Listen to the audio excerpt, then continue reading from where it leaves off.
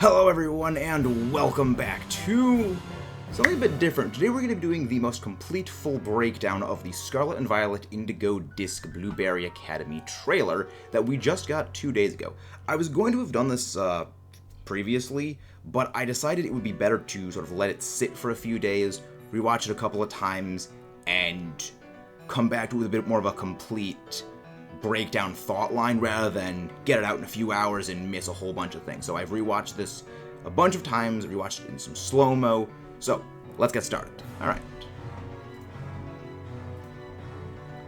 Audio is probably going to be a bit wonky as we do this. So they're doing a big thing with Area Zero. We kind of got this figured out well in advance that they're going to be expanding Area Zero, and they're not being subtle about it anymore. But it's also noted that this is actually Paldea inverted. So they've completely flipped around the entire region. Because otherwise the Pokemon League would be on the opposite side. And of course the giant Terra tree. Something that is going to be very linked to Terrapagos. There's something about this that, well, we've been wanting ways of getting Herba Mystica. As they have mentioned a couple of times, Herba Mystica comes from Area Zero and especially Terra Raids. What else does Herba Mystica come from than a giant mystical tree inside of Area Zero? So this is where the source of Herba Mystica is. They're probably giving us another way of getting Herba Mystica that isn't just Terra Raids. Maybe it's a one-time thing, maybe it's a once-a-day thing, but this is the probably source of all the Herba Mystica in the game.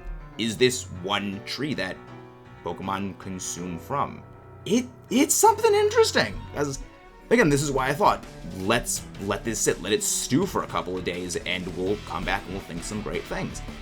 And before we get into the rest of the stuff, please don't forget to leave a like, subscribe for more, but let us also continue on now. Here's a Mystica tree. Of course, you know, the big tunnel flashy thing. Hidden treasure of Area Zero. You know, man. Kieran. You've gone evil, Kieran. You've gone evil Psycho Man. Yes, we've seen all the stuff, but yeah, Kieran he's gonna be playing a big part in at least the Indigo Disc portion of the DLC, because there's gonna be a couple of different sections. There's gonna be the Indigo Disc, then there's gonna be the Area Zero section, and that's just the two big-ish ones. There's way more. There's Diplin. Actually, if we go back there, so you've got double battle. She's got a Toucanon. You have a Clodsire. That's a Diplin. And that, I actually do not believe is your glove. So that's Kieran's glove. Kieran's glove is red. So this is Diplin on Kieran's team with a new Clodsire facing off against Carmine. So Carmine and Vulpix, Elo forms, Area Zero. This is inside Area Zero. Yeah. Again, Area Zero gets bigger, more stuff is inside. But the question that it does raise is, if stuff like Galvantula, Joltik, and those Pokemon are inside of Area Zero, how do they, breathe? If Area Zero is this sealed off thing, especially in the depths, as we'll get into a little bit later, how did these Pokemon get there first? Or is there other ways out? Because we do know that Paradoxes have escaped. So the Area Zero is not as contained as we thought. Regional variants, so we have gotten confirmation now fully that this is where regionals will be able to be bred. For those who don't know, when you're breeding Pokemon, if you don't hold the Everstone when trying to get a regional variant status passed down, it goes by what the native location's species is. So if you get only Galarian Slowpoke inside of the terrarium, and you breed even a Kanto Slowpoke that doesn't have an Everstone, every egg will come out with a Galar Slowpoke. The same applies for regional split evolutions. Things like Alolan Marowak will come from bred Marowak eggs inside of the terrarium. If they are bred in mainland Paldea, they will come out as a regular Cantonian Marowak. It's a bit weird and a bit convoluted, but it is how things work. I don't get why. They can't just have it be a bit more simple, and it's just like if you hold this thing to pass down regional variants, or it only passes it down. I get why they do it, but it's way too complicated. They need to streamline it. You get up there. So we also do know now that we can fly. The Blueberry quest for the BBQs. Barbecue, always fun. Always delightful. Fine to do. Seems there's going to be some quests in addition to this. These are going to be how you get the BB points, which you can use to recruit other trainers to come into the BB League, the various gym leaders, and other important NPCs. So there's going to be something. I like these little sort of mini quest things. You'll find 3 Ditto in the Savannah biome. My only worry is that something like this is going to end up turning a lot like Legends Arceus is a bit fetch questy, but depending on what the BB League points go for, it'd be quite good. Also, it's not even just a B, it's a beta for what that icon is. Hopefully, they make it so the Union Circles don't be problems. This sort of synchronized mode, apparently you can do it with every single Pokemon, which, not sure how well that's going to play. As we've seen here, we have the returning gym leaders. It is rhyme time. Rhyfort, all the teachers. Larry, living like Larry. And the trades. This brings back something that I know a lot of people are really excited for that makes me kind of sad we're not doing, at least seemingly in large part. Because, if you remember back from Ultra Sun Ultra Moon, there were different throwing animations for your Pokeball. You could either have these sort of Cyrus Nihilus just... Yeah. Actually, let me grab my Yeah, I actually have a Pokeball plush, so I can actually model with this. You got the Cyrus Nihilus, just no motion, just chuck the Pokeball. You've got this where, you just toss up. And just a whole bunch of the different throws. Like Brass's throw. It remains to be seen if this throwing animation is going to be linked exclusively to the traded Pokemon, which it will always specify as the Iona's Magnemite or whatever other Pokemon that you get from trades. Is the throwing going to be linked only to that Pokemon, or will you be able to customize your throwing animations? We don't know yet, but it would make sense to actually bring back the throwing mechanic system if they programmed in special animation that you can now use. Magnemite snacks various special treats. This is the man that gives you the quests for the various legendaries, the spectacular Pokemon, which this is not the terrarium. Again, this is why I waited to do this, is you can get a bit more of an overview of everything. This is Suicune by Lag Lake, aka Lake Casaroya, place where all the lag happens. There is Moltres, which is... Moltres, I haven't been able to pin down perfectly where it is. We might be doing some Pokemon GeoGuessr in the coming weeks to practice for this. Both a few days if you want for that. So let me know if you want to do that. But based on this is the... Well, you can't see the cursor, but that right next to the right side of the mountain, that's the windmill where the Terra Electric Jolteon is. So this is in Asado Desert, where you're in the giant raised plateau area about where the Titan, well, the Quaking Earth Titan, either Titan Iron Treads or Titan Great Tusk, is a little bit offset from that. Because these were actually set up at the start of the game. There are these sort of flat, open stages that are big, round, circular areas. Which I actually like that. They were thinking pretty far ahead. That is the Bamboo Forest. Don't actually remember the name of that place because that's where I hunt for Shiny Mungus. That's right outside of the Badlands, as I like to call it, overlooking... Well, you can very clearly see Artisan right there and Lavencia off to the side. Captain Quasar. Articuno that's the top of Glacadium Mountain. Cannot tell where Zapdos is, because they don't show the ground there. They also don't show Entei or Raikou. We know where, of course, we know where 3 of these are now. We don't know where the others are, unfortunately. Latias is over water, so that's probably going to be the east or west Paldean Sea. Cobalion is over by the Kalos border. But it's looking like Latios is near the starting area of the game, just based on the type of trees that are there. Virizion looks to be around Medali, because that's where my normal shiny hunting egg hatch spot was. Terrakion is being a bit harder to actually pinpoint, so let's actually try and go little frame-by-frame slowdown mode. This is, again, why I did this. Yeah, this is also one of the things why I'm probably going to be muting this, is the audio gets kind of super distorted when you slow it down. Oh my gosh, it's so horrible. Actually, Raikou's looking like it's also on top of Glaciadio Mountain. Now that I am slowing it down a little bit. Going to the frame by frames. Yeah, Entei. Actually, Entei's by a beach. A little bit of sliver of water with a beach right there, some rocks. Okay, so it's by the coast. Yes, we can't tell with the others. So we have a few ideas now where some of these are. Yeah, that doesn't show you anything more clearly for that, but it is by water with some rocky cliffs. That could be close to Lavencia then. Actually, that would make sense for Lavencia, because there is a big drop-off cliff over towards the desert with the construction sites. Lavencia does dip down pretty drastically, and it does look right next to Drakeon's left shore. That is the top of a building. Cavalion again on the border with Kalos. Alright. Glastreer. Yeah, top of Glaciadium Mountain as well. Spectrair. That looks like it's outside Alfornata. Because there's not... Alfornata. Maybe Alfornata. But the geography doesn't look... I guess maybe it could be Alfornata. Also, I believe the moon there probably foreshadowing Ursa Luna, because we do know that we are going to be able to evolve it there.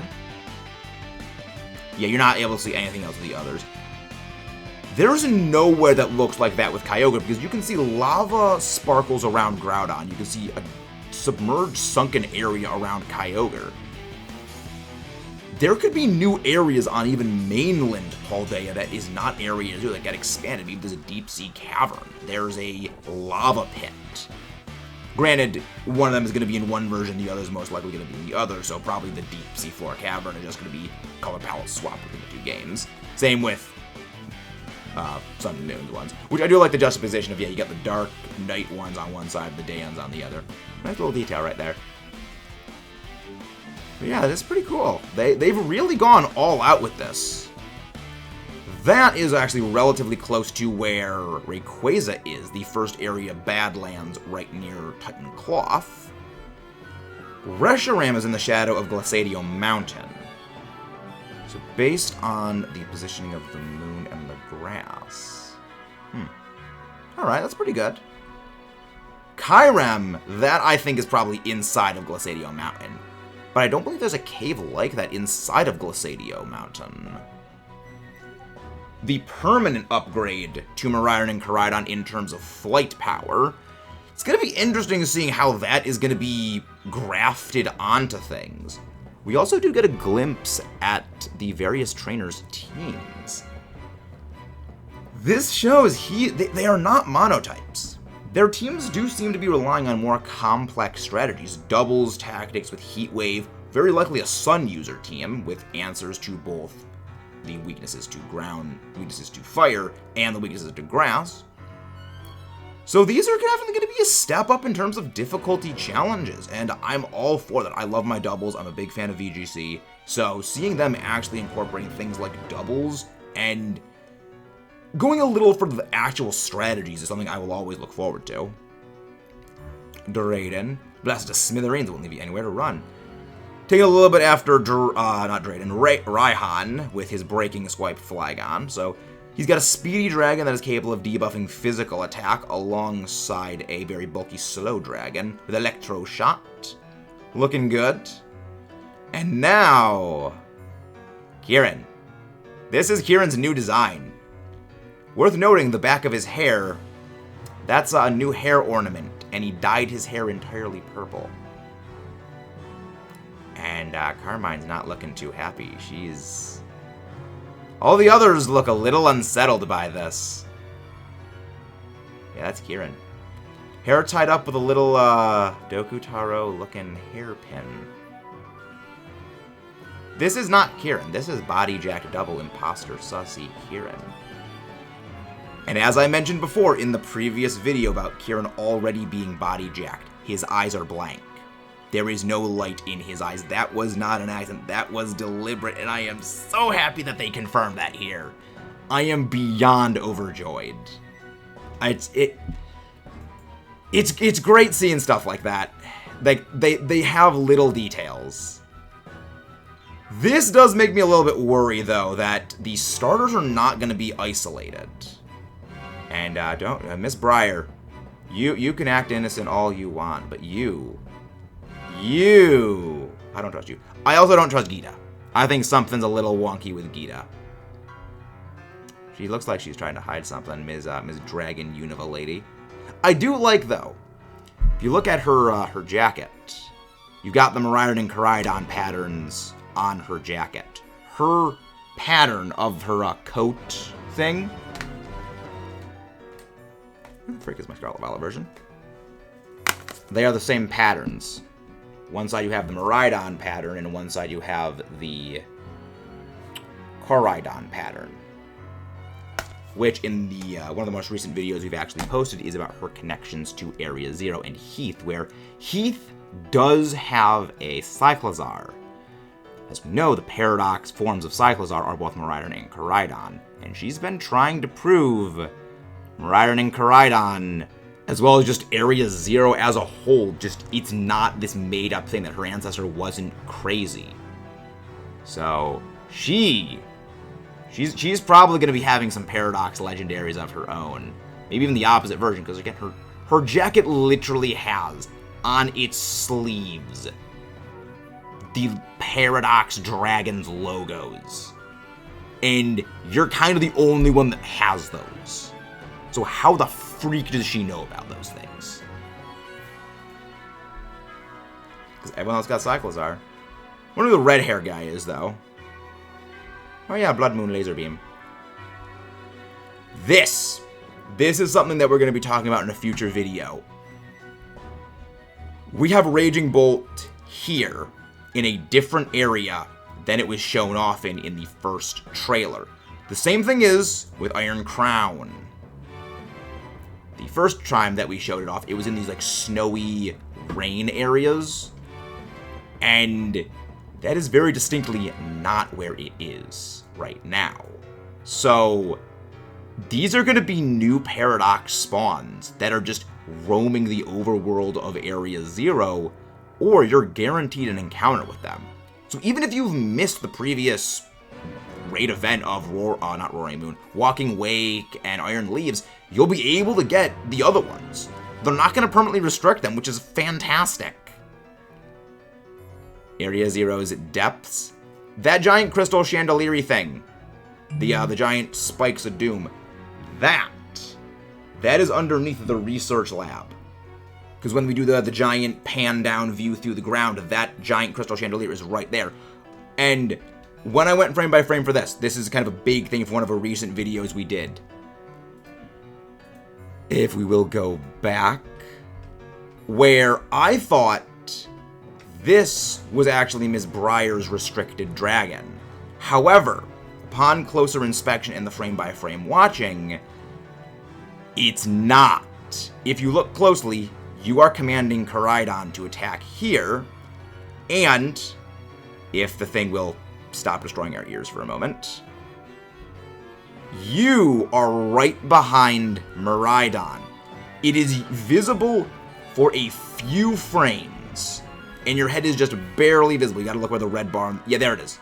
You gotta look right where the red bar is for the YouTube video, but that is you. So they have two separate viewpoints for this, but it is your Miraidon and your Koraidon, and then we get glowy evil laser eyes. Its eyes don't normally do that. That is a new thing. So whether or not it is Ms. Briar's doing that causes that, which is my personal belief, because she has the dragon logos on her and she wants to prove the existence of the Paradox Pokemon, or it's Terrapagos. Because as we did, this giant void opens up. Immediately cut to Terrapagos doing that Euterastalizing, and Terrapagos going into its Terra form on top of the giant crystals, attacking you with its giant shell laser crystal of doom. And the 19th Terra type, it is inside those giant crystals.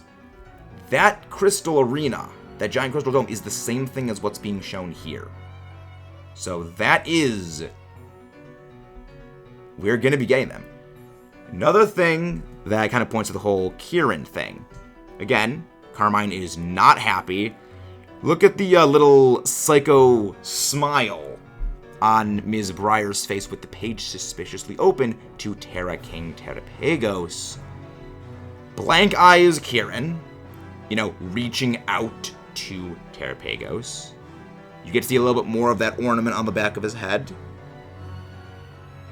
And then there's you, and, well, both you and the other version of you. Kieran also doesn't have the gloves anymore. Kieran is not Kieran anymore. There is a lot to unpack with this. And then, of course, there is these things, which, this is actually inside of Area Zero. This picture is within the depths of Area Zero. And because they are giving you another Master Ball, which, if remember from the Crown Tundra, Peony gave you another Master Ball when you did stuff in there. Little bit sus that they're giving you another Master Ball when there is no other restricted legendary so far. Which means Terrapagos' stats are probably going to be on par with the big restricteds. And I cannot wait to see everything that we've got with this. Once again, if you haven't done so already, please don't forget to leave a like, subscribe for more. I will see you guys next time. I am immensely happy that I was just decided to sit down. We'll do this at a later date. We'll figure out some stuff and notice all these little tiny things that missed over beforehand. I look forward to doing more things like this in the future. And leave your thoughts below, guys. I'll see you next time. And let's rock and roll it, everyone. I still don't trust Ms. Briar. I still don't trust her. Even though you're from Unova, even though you're Unova Dragon Lady, I don't trust you. I also don't trust the turtle.